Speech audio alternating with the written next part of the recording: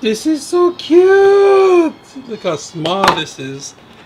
Man, geez, they keep getting smaller and smaller, man. Yep.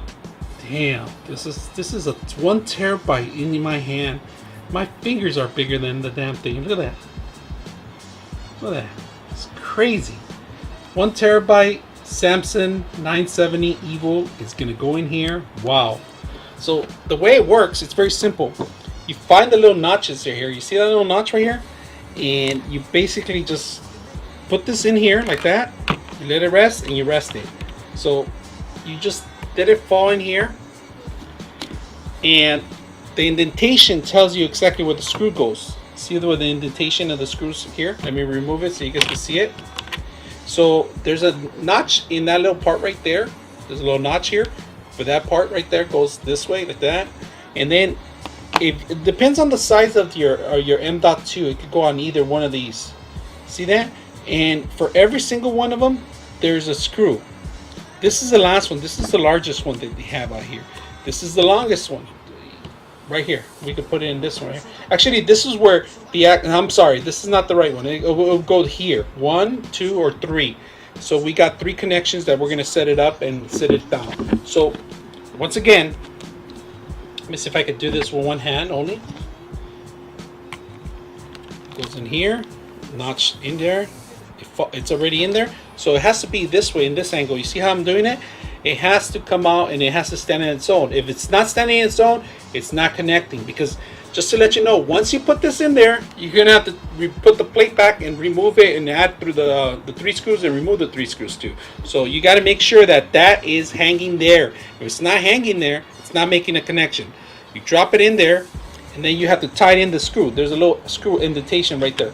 See that? You gotta, and the motherboard came with the extra screws in there, so you shouldn't have a problem. So let me go ahead and tighten it out so you guys can see how it looks at the end. This is crazy. So because this thing is so high above it, there's a bumper in here. Let me remove this out right now. There's actually a bumper right here that is preventing it from actually hitting down here. And they give you a raise, one of the little tiny screws just to raise it. And let me see if I can put it in here. You can see what I'm talking about. I'm gonna raise it. And that's how the raise goes. So basically you put it back in here. Do this with one hand. A little push, shove, not too much, and that's how it goes. It raises there. See how it falls in place right there? That's what the raise is, and then it comes with an extra screw. So the motherboard itself came with this screw, which is very neat because I didn't think about that. I thought it was just gonna hit, or I thought I would have to hang it or do a longer screw, but they give you all the parts that you need. So let's go ahead and tighten it up. All right, it's screwed in there already. It's real secure. It's real tight. You can't see none of the copper, which is great. You know, that's one thing that you don't want to see. It can't be visible for you. You got to make sure that you cover the whole thing and it's nice and base and flat in there. And now we set up the easiest part, which we're going to cover it.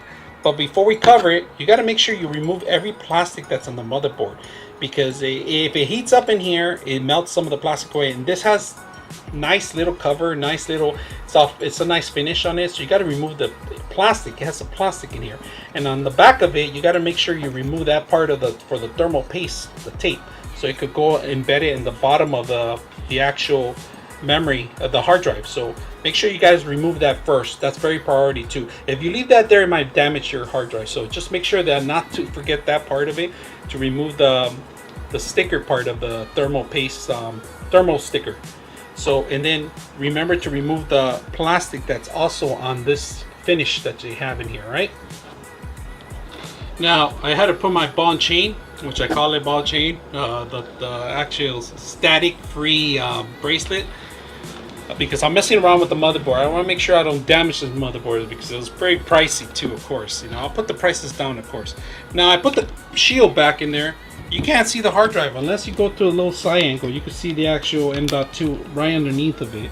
The sad part about this motherboard, I really thought it had 2 slots for it. You know, I was really hoping it had 2 slots.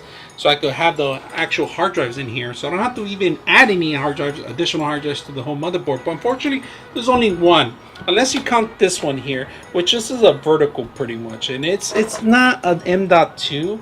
I was reading about it, but it might be compatible. I gotta make sure that it's part of it, but then it sticks out high, and that's one thing I don't like it, because it could damage it. If anything passes through, you could damage the stuff. So I wouldn't add one.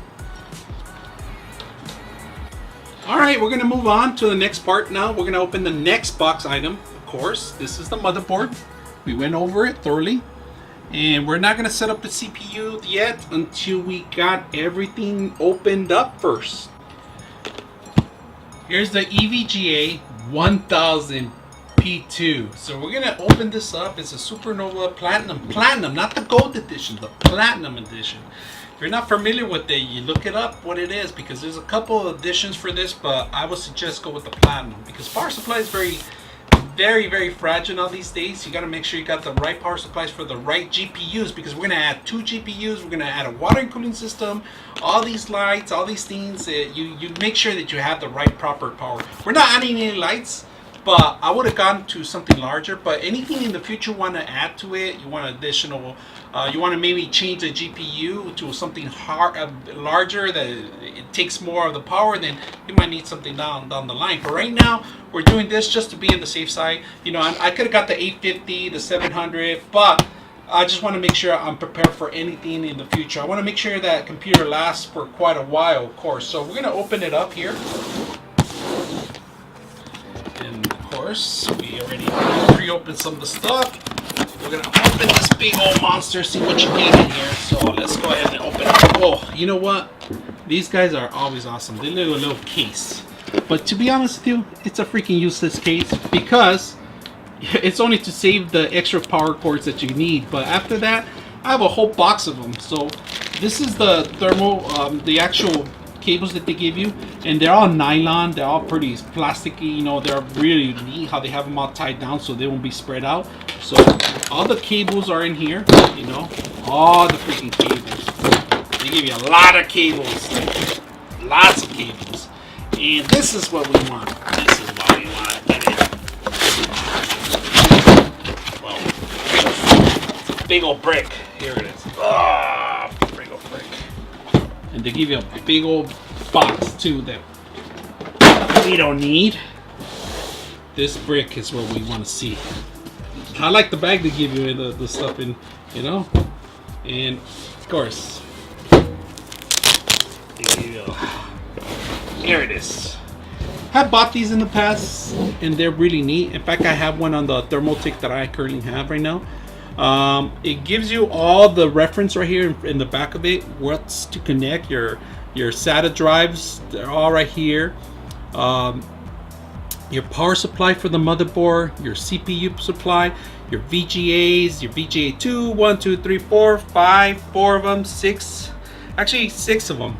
6 connection right there. That's more than what you need. SATA connections, there's quite a few of them in here, and of course you could convert some of them to different sources too. Now the CPUs, they give you 2 of them in here, ready to go. It's all ready to go, and of course, you know, nice and neat package that they have. I was gonna get a Thermaltake, but I decided to get this one because this one has warranty, and it's a silver edition. Actually, not the silver edition, the Platinum edition.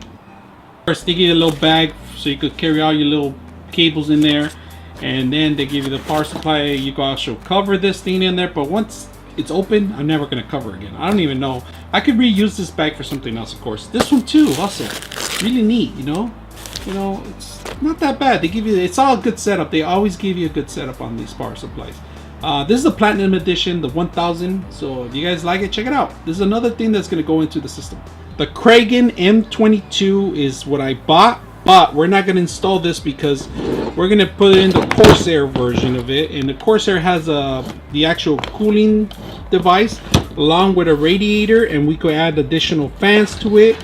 And there's more potential cooling than this one single one. The single one only has one fan and one little part of the of the actual radiator, it might not be enough for the GPU that we're installing. We're actually installing a big beast, which is the i90 Core X series. So this is going to go in there. This is compatible with it, but I might change my mind. I might not use that one. I might use the Corsair. So I'm still debating right now between the Corsair and this one, the Kraken. So we're gonna debate on this a little bit and see what goes on, or what's more space wise, you know, more cooling cycling in there. So we're gonna check it out first. They give you this cooling device. It's all in here. It's pretty large too. I actually thought it was smaller. And here's the fan. It's a huge fan, but I don't know if it's powerful enough to cool the whole system down. And they give you all the screws that you need in the back ends too also. This is very important. This is what's going to actually keep the whole thing running. And they give you all the cords and all the power supply that connects to the motherboard cord, which is important to keep the water moving, the pumps actually moving. And this is something that I recommend people checking all the time. Make sure you have the right cables connected, and make sure that it is cooling your CPU, because people just set it up and forget it and it's not working, and next thing you know it, the whole motherboard failed, everything crashes. So just make sure to double check your work. So we're going to open it up here. That's the base for the actual cooling device. This is the pump actually. The GPU, the CPU part of it, it's on this side. And it's pretty large. It's ready to go. And water's already in the cooling device. It's already in there. You can actually hear it. If I shake it, you can hear it. But it's not bad. We're gonna set up everything now that we have everything open. And of course, I'm gonna set up memory wise. Oh, check it out. The memory we're gonna set up on here. So the memory, these are a couple of gigs that we got, bought 8 of them, of course, 8 slots, of course, 8 gigs a piece. This one is 32 gigs, of course, in here, you know, 32, 400 megahertz. Yes, that's right. DDR2, 400 megahertz, 2 of these suckers. Think about it. I bought 4 of those suckers, you know. Here's some more. Damn, we're gonna kill it with all these 32s on it, you know. So I'm not gonna open these up until I put them in the motherboard, and then I'll open them up. But right now, I just want you to seek it in and take it on, you know. It tells you it's ready to go, ready to support. Love the memory. So we're gonna go ahead and upgrade this big old beast now.